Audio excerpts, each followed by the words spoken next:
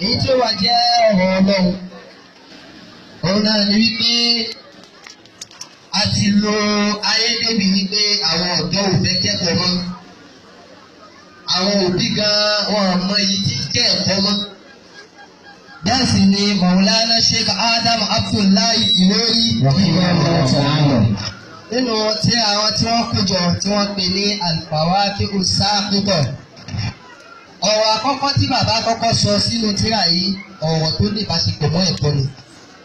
àlímù afdalu matlubin fatalibu yanalu dina wa dunya ghayra munadimin yanalu dina wa dunya ghayra munadimin. ká mọ̀ pàtàkì ẹ̀kọ́ òwe ni abẹ́kọ̀ kéwú àgàgà ẹ̀kọ́ Al-Qur'ani àwa mùsùlùmí ò mọ pàtàkì ẹ̀yọ́ nísì.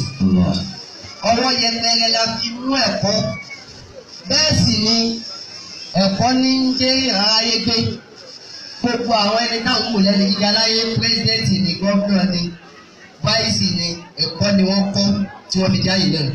àlímù afdalu matlubin fatalibu. àti gbogbo aláyè yìí tẹ́ dákun ta ni ò fẹ́ káwọn ọmọ òun dà gẹ́gẹ́ bí àwọn àpá tí wọ́n bẹ́ẹ̀ gàlè. gbogbo wa láàní afẹ́ káwọn ọmọ wa dàbí wọn kí ló sọ wọ́n dì báyìí ló kọjá ẹ̀kọ́. ẹ̀kọ́ ló sọ wọ́n dì báyìí. ẹ̀kọ́ òun làwa mùsùlùmí wa bá bàrà mọ́ nísìnyí. láyé lánàá tí wọ́n bá lé àwọn méje wọ́n gbé gba orókè nínú kíláàsì tẹ́gbà kó dáadáa àwọn mùsùlùmí ní òjò. láyé nísìnyí tí wọ́n bá láwọn méje gbé gba orókè àwọn mùsùlùmí ò lè sílẹ̀ láíláí.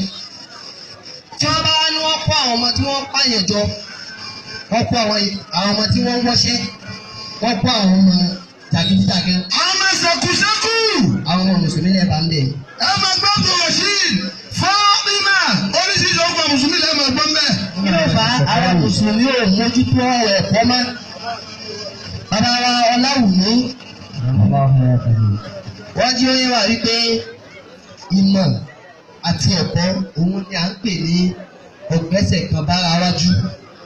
màmá gbéyà ló gbẹ́sẹ̀ kan bára wájú ẹ̀ wọ́n nǹkan méjì lára rẹ̀ àkọ́kọ́ ntẹ́mọ̀ bára rẹ̀ náà ní mímọ̀ ní lọ́wọ́ wàá fa ẹ̀kọ́ yóò fà dání.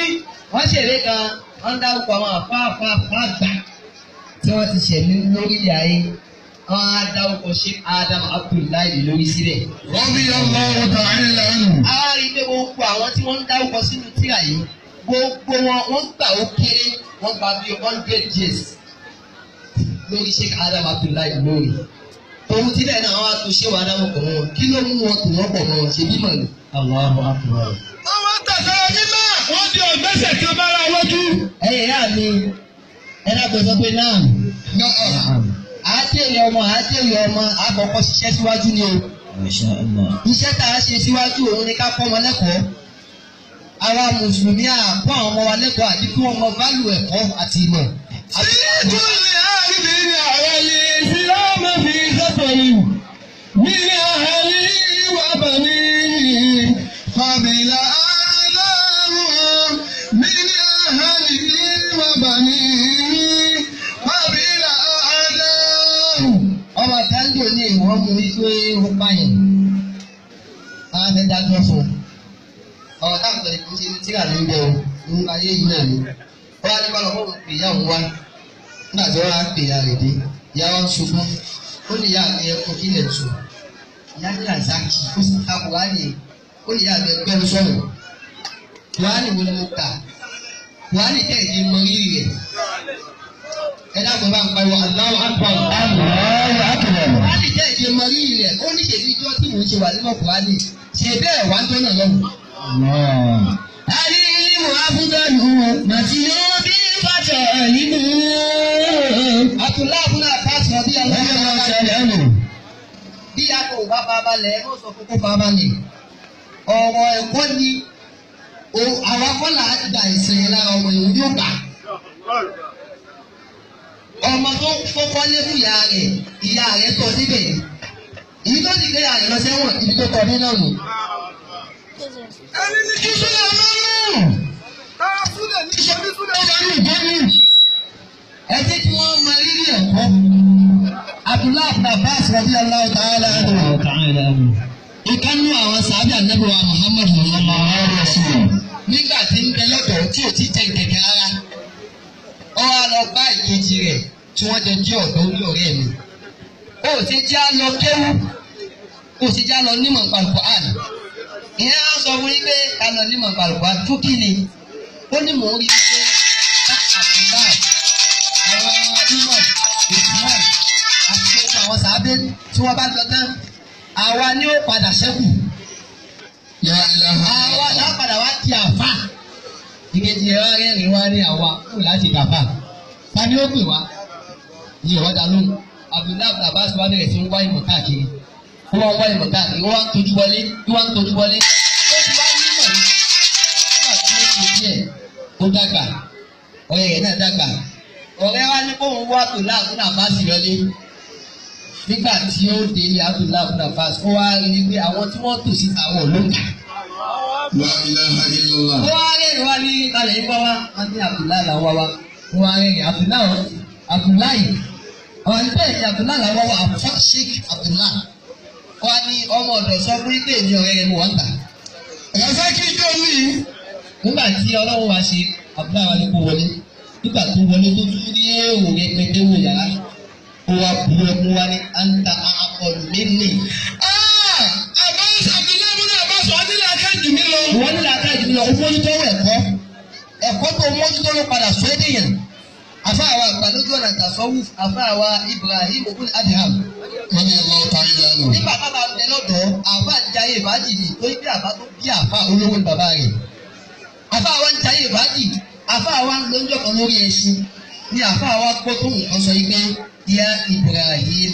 Ìyá Ibrahim. Àní hádà kúlíkìtà. Ṣé torí fàájì lọ́wọ́ fi dá mi?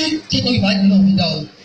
Ẹ̀mí kan tó wá ń sọ, ẹ̀mí kan wá ń fèsì lẹ́sẹ̀kẹsẹ̀ yìí pé wàlúùlá ìmáàlì hádà kúlíkìtà. Mo fi ọlọ́run mú ọmọ àtọ́rí ìlànà dán. Àbúrò ìlànà dẹ̀ o. Láti jọ́nà àfààfà yìí wà padà yìí pé ìwà ń di àfà. Ẹ dákun ọba ìsọ pé Allahu Akbar. Àwọn abẹ́rẹ́ sí ní kọ́mọ ẹ máa wọ bàbá àfà o. Bàbá àfà wa sọ fún Ibrahim yìí pé gbogbo bá ti lè kú ẹ bá lè há àdìsí kan. Yóò fún ẹ ní 100 naira for example. Tó bá àdìsí méjì. 200 naira. Tó bá àdìsí mẹ́ta. 300. Àdìsí mẹ́rin. 400. Òbí mélòó ló ẹ̀kọ́ ìjọba lórí tó. La ilaha illallah. Ẹ wo tí òbí fi jẹ́ kọ́ ọmọ ti àfà. Ọmọ yẹn wá fi torí owó yẹn. Ìwọ̀n kà wọ́n ti tẹ̀lé àwọn náà padà wá rí náà ó dá ọlọ́run ọwọ́ ọ̀gá. Àti kí ó torí owó òkú wá kó náà lọ́wọ́ bá rẹ̀ mú. Allahu akbar. Alihamdulilayi kéwù làwọn ń ké. Àwa ò sábà máa bọ̀ láwù mí làfà wá. Alihamdulilayi kéwù làwọn ń ké. Àwa ò sábà máa bọ̀ láwù mí làfà wá. Wàtálà balẹ̀ ìlímọ̀ àti wàdàbí fọ́ọ̀dìlẹ̀ ìnáwó ṣáàdé. Alihamdulilayi kéwù làwọn ń ké. Àwa ò sábà máa bọ̀ láwù mí làfà wá.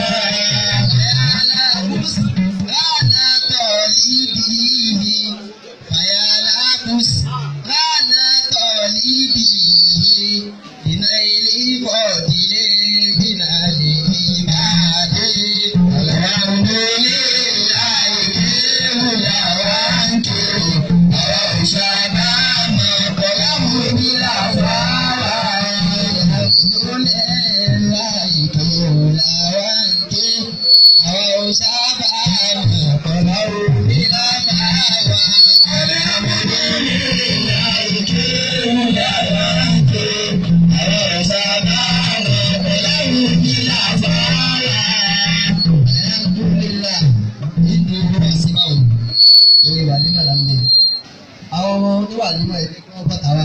Àwọn ọmọ náà nígbà kan máa bọ̀ kí àkọ́kọ́ sì wọ́n jókòó ti lẹ́yìn àti bàbá rẹ̀.